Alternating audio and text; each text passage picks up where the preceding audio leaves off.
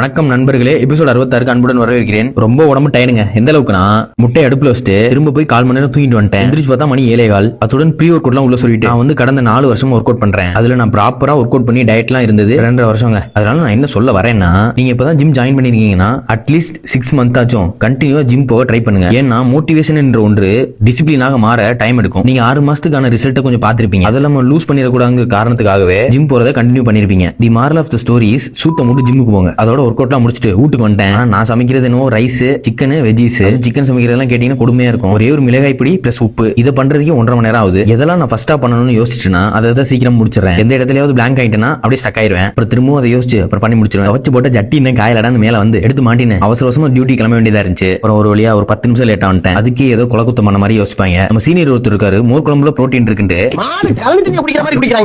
அப்புறம் அப்படியே லஞ்ச் எல்லாம் முடிச்சுட்டு மெடிசன் குறுக்க இறங்கிட்டு அப்புறம் 6 மணி மீல சாப்பிட்டு வீட்டுக்கு வந்து விட்டேன். அப்புறம் என்ன திரும்பி சமைக்க வேண்டியதான். சமைக்கிற தூங்குற ஜிம்முக்கு போற ரிப்பீட், சமைக்கிற தூங்குற ஜிம்முக்கு போற ரிப்பீட். நாளைக்கு பார்ப்போம். பாய்.